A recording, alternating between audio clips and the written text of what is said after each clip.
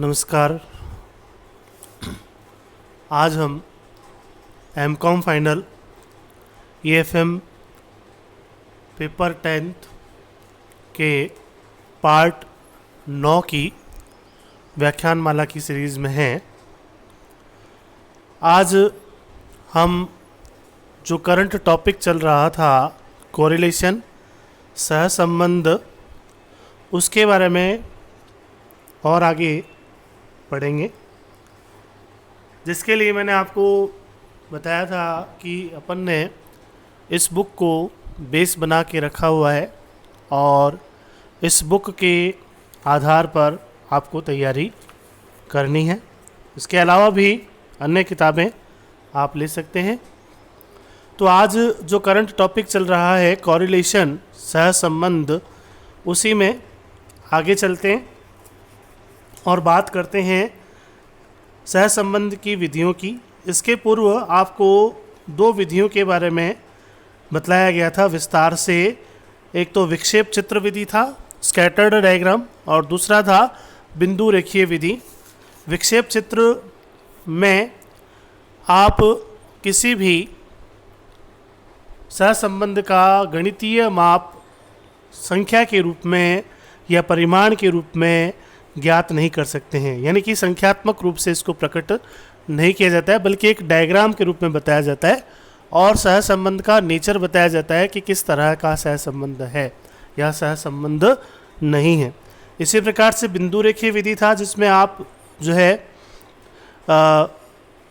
दोनों चरों को, जो एक चर है और दूसरा स्वतंत्र चर है और दूसरा आश्रित चर है, दोनों को आप एक डायग्राम में बिंदु के माध्यम से समझाते हैं या नोट करते हैं। तो उसके माध्यम से भी आप सहसंबंध की मात्रा का या संख्या का अनुमान नहीं लगा सकते, केवल उसका जो ट्रेंड है वो देख सकते हैं कि किस प्रकार का है, घट रहा है, बढ़ रहा है, या सहसंबंध नहीं है, विपरीत दिशा में परिवर्तन हो रहा है, समान दिशा में परिवर्तन हो रहा है। इन सब बातों का अनुमान आप उन विधियों के माध्यम से लगा सकते हैं। लेकिन आज जिस विधि की चर्चा की जा रही है वह विधि काफ़ी वैज्ञानिक विधि मानी जाती है और सामान्यतः प्रचलन में भी है। तो कार्ल पियर्सन का सहसंबंध गुणांक, इस विधि का नाम है कार्ल पियर्सन का सहसंबंध गुणांक या कार्ल पियर्सन की विधि। तो coefficient of correlation by Karl Pearson, तो बिंदु रेखीय विधि से सहसंबंध की दिशा का ही अनुमान होता है, लेकिन मात्रा का परिकलन नहीं हो पाता है। अतः सहसंबंध की मात्रा का परिकलन करने के लिए गणितीय विधियों का प्रयोग किया जाता है। कार्ल पियर्सन की विधि सहसंबंध गुणांक ज्ञात करने की सर्वोत्तम विधि है। इसमें सहसंबंध की मात्रा, दिशा दोनों का ज्ञान हो जाता है। यह समानांतर माध्य और प्रमाप विचलन पर आधारित है। समानांतर माध्य मीन्स जिसको कहा जाता है, एवरेज जिसको कहा जाता है, और प्रमाप विचलन स्टैंडर्ड डेविएशन जो आपने पढ़ा है, जिसका सिंबल, मीन का सिंबल x बार है और स्टैंडर्ड डेविएशन का सिंबल जो आप आधा न या सिग्मा जिसको कह कर के बुलाते हैं वह है। इस विधि का प्रतिपादन जीव शास्त्री एवं सांख्यिकीविद श्री कार्ल पियर्सन ने 19वीं शताब्दी में किया था।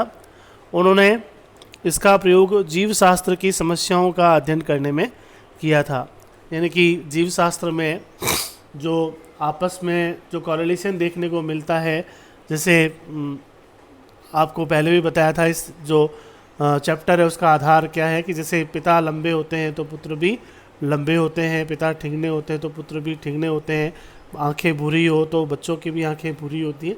इस तरह से जो कोरिलेशन है उसका आंकलन किया जाता है और कोरिलेशन की कुछ विशेषताएं हैं, उनके बारे में आपको बताना चाहूँगा। फर्स्ट है सर्वोत्तम माप। सहसंबंध का यह माप समांतर, माध्य और प्रमाप विचलन पर आधारित है, जो क्रमशः केंद्रीय प्रवृत्ति तथा अपकिरण की आदर्श माप है।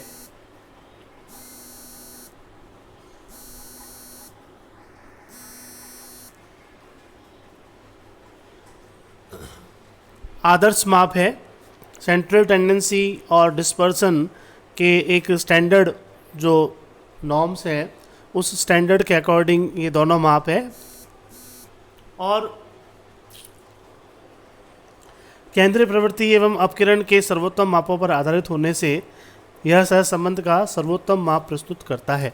तो इसकी विशेषता, पहली विशेषता आपके सामने पड़ी है, सर्वोत्तम माप है, क्योंकि ये एक सेंट्रल टेंडेंसी और डिस्पर्जन जो आपका इम्पोर्टेंट माप है। डिस्पर्जन में आप जो है किसी भी आवृत्तियों का वितरण देखते हैं, आवृत्तियों के वितरण की रेंज देखते हैं कि कहाँ से कहाँ तक, कि उसकी अपर लिमिट, उसकी लोअर लिमिट, और आपकी जो फ्रीक्वेंसी डिस्ट्रीब्यूशन है वो किस प्रकार का है उसका आंकलन आप डिस्पर्सन के माध्यम से कर सकते हैं।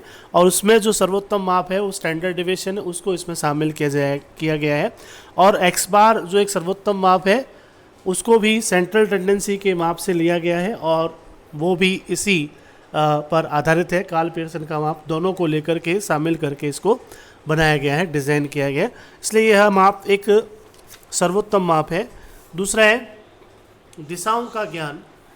इस विधि से आप दिशाओं की भी जानकारी ले सकते हैं, यानी कि यह विधि परिवर्तन की दिशा के बारे में भी बताता है। यह समंक मालाओं में परिवर्तनों की दिशाओं की जानकारी देता है। यदि गुणांक प्लस में है तो सहसंबंध धनात्मक है, और यदि गुणांक माइनस में है तो सहसंबंध ऋणात्मक है। इस प्रकार से आप दिशाओं की भी जानकारी इसके माध्यम से कर सकते हैं। तीसरा है मात्रा। यह गुणांक हमेशा +1 और -1 के बीच होता है, और यह गुणांक +1 या -1 तक पहुंच जाता है तो पूर्ण समझा जाता है। जब कोई सहसंबंध न हो तो गुणांक 0 होता है। तो इस गुणांक में इतनी साइंटिफिकनेस है कि ये +1 और -1 के बीच में ही रहता है, और यदि सहसंबंध ना हो तो 0 हो जाता है। इस प्रकार की जो कंडीशन है वो भी यह माप प्रकट करता है। चौथा है सहसंबंध का माप या सहविचरण का माप। तो को वेरियांस जो है उसका भी मेजरमेंट आप इस विधि के माध्यम से लगा सकते हैं। कार्ल पियर्सन का सहसंबंध गुणांक 2 समंक मालाओं के सहविचरण के माप का गुणांक है। सहविचरण सहसंबंध का निरपेक्ष माप है। यह गुणांकों को ज्ञात करने के लिए प्रत्येक चर माला में समांतर माध्य से विचलनों की मात्रा ज्ञात करनी पड़ती है। फिर दोनों समंक मालाओं के विचलनों को गुणा करके उनका योग निकाल लेते हैं, और इस योग में कुल मदों की संख्या का भाग दे देते हैं।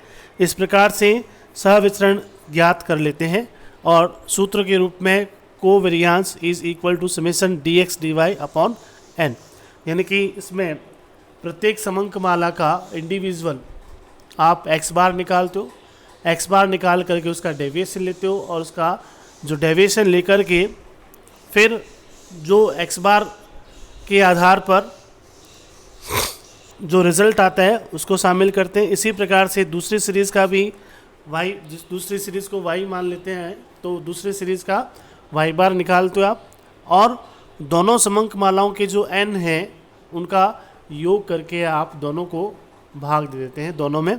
इस प्रकार से स्वतंत्र रूप से समंक मालाओं का अपना अपना रोल होता है। फिर इन दोनों के रोल को आपस में मिक्स करके कोवेरियांस निकाला जाता है। कोवेरियांस, इसीलिए इसको कोवेरियांस कहा जाता है क्योंकि दोनों का मिश्रण करके इसके अंदर निकाला जाता है। तो summation dx dy upon n।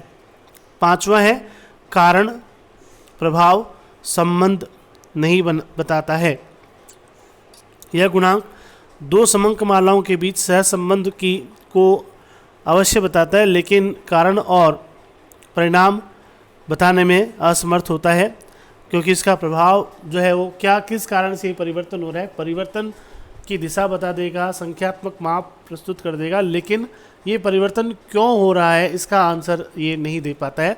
लेकिन हाँ, जो परिवर्तन हुआ है उसका एग्जैक्ट माप निकालने के लिए यह विधि सर्वोत्तम विधि है। इस गुणांक की गणना कठिन है, वहीं निकाला जा सकता है, जिसे गणित का ज्ञान हो वही निकाल सकता है जिसे गणित का ज्ञान हो, यानी कि गणित का ज्ञान ना हो वह व्यक्ति इसको नहीं निकाल सकता है। इस प्रकार से सहज संबंध गुणांक एक सर्वोत्तम गुणांक है। कुछ कमियां हैं लेकिन फिर भी यह गुणांक जो है वो एक सर्वोत्तम गुणांक है कार्ल पियर्सन का। सहज संबंध गुणांक की मान्यताएं, अजम्पशंस। कार्ल पियर्सन के सहज संबंध गुणांक की कई मान्यताएं हैं। पहली मान्यता है दो समंक मालाओं में रेखीय संबंध होना। इसमें जो दो समंक मालाएं होती हैं, एक्स सीरीज और वाई सीरीज, जिसको अपने कह कर के पुकारते हैं, एक को एक्स सीरीज मानते हैं और दूसरे को वाई सीरीज मानते हैं। एक स्वतंत्र चर होता है और दूसरा उस पर आश्रित चर होता है। तो दो चर होते हैं और उन दोनों में रेखीय संबंध होता है, लाइनर रिलेशनशिप होती है। और लाइनर रिलेशनशिप के बारे में आपको मैंने स्कैटर डायग्राम के में बताया था। एक लाइनर रिलेशनशिप होती है और एक आपका पट्टी के रूप में, बेल्ट के रूप में होती है, सीमित रिलेशनशिप होती है, जिसमें जो है आपका लाइनर रिलेशनशिप होती है। दूसरा है दोनों समंक मालाओं जिनके बीच सह संबंध मालूम करना है अनेक स्वतंत्र कारणों से प्रभावित होती हैं तथा उन समंक मालाओं में सामान्य वितरण लाते हैं।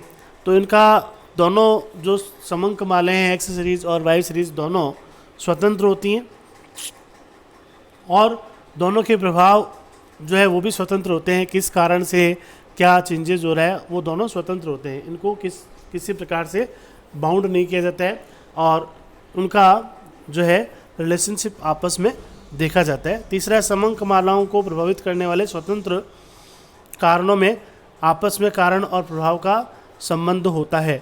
जो दोनों समंक मालाओं में जिन स्वतंत्र कारणों का प्रभाव पड़ता है वो स्वतंत्र कारण आपस में एक दूसरे से संबंधित होते हैं। ऐसा नहीं है कि एक किसी और की बात कर रहा है और दूसरा किसी और चीज़ की बात कर रहा है। दोनों में किसी न किसी प्रकार का संबंध होता है, यानी कि एक का प्रभाव दूसरे पर क्यों पड़ा है या पड़ेगा या नहीं पड़ेगा, इसका संबंध होता है कि इसका प्रभाव पड़ना चाहिए। जैसे कीमत और मूल्य है, तो कीमत में परिवर्तन का प्रभाव कीमत और मांग जो है, कीमत में परिवर्तन का प्रभाव मांग पे पड़ेगा, मांग में परिवर्तन का प्रभाव भी कीमत पर पड़ेगा। तो कारण, कोई भी कारण हो, इन दोनों में अगर किसी प्रकार का कोई परिवर्तन होता है तो आपस में जो है कारण और प्रभाव का संबंध देखने को अवश्य मिलेगा। जैसे मैंने आपको बताया कि पिता की लंबाई ज़्यादा है तो पुत्र की लंबाई ज़्यादा होने की संभावना रहती है। क्यों? क्योंकि वो उसका पुत्र है, इसलिए ये संभावनाएं रहेंगी। उसकी आंखें भूरी होंगी, क्यों? क्योंकि वो उसका पुत्र है, इसलिए उसकी आंखें भूरी होगी। तो इस प्रकार से हम देखते हैं कि कारण और प्रभाव का संबंध देखने को अवश्य मिलता है। सामान्यतः आज के युग में हम देखते हैं कि माता पिता जो होते हैं उनकी बीमारियां बच्चों को आसानी से लग जाती है। आसानी से कैसे लग जाती है? क्योंकि जेनेटिक कॉज होता है उनका, और आसानी से लग सकती है। इसका एक उसकी संभावनाएं, प्रोबेबिलिटी जो है वो ज़्यादा से ज़्यादा रहती है। इस प्रकार से इसका कारण भी सह संबंध है। कारण और प्रभाव का संबंध होता है तभी आप सह संबंध निकाल सकते हैं। यदि कारण और प्रभाव का संबंध ना हो तो हम सह संबंध नहीं निकाल सकते हैं। जैसे अधिक अच्छी बारिश होती है तो अच्छी फसल होगी, तो बारिश और फसल का आपस में क्या है?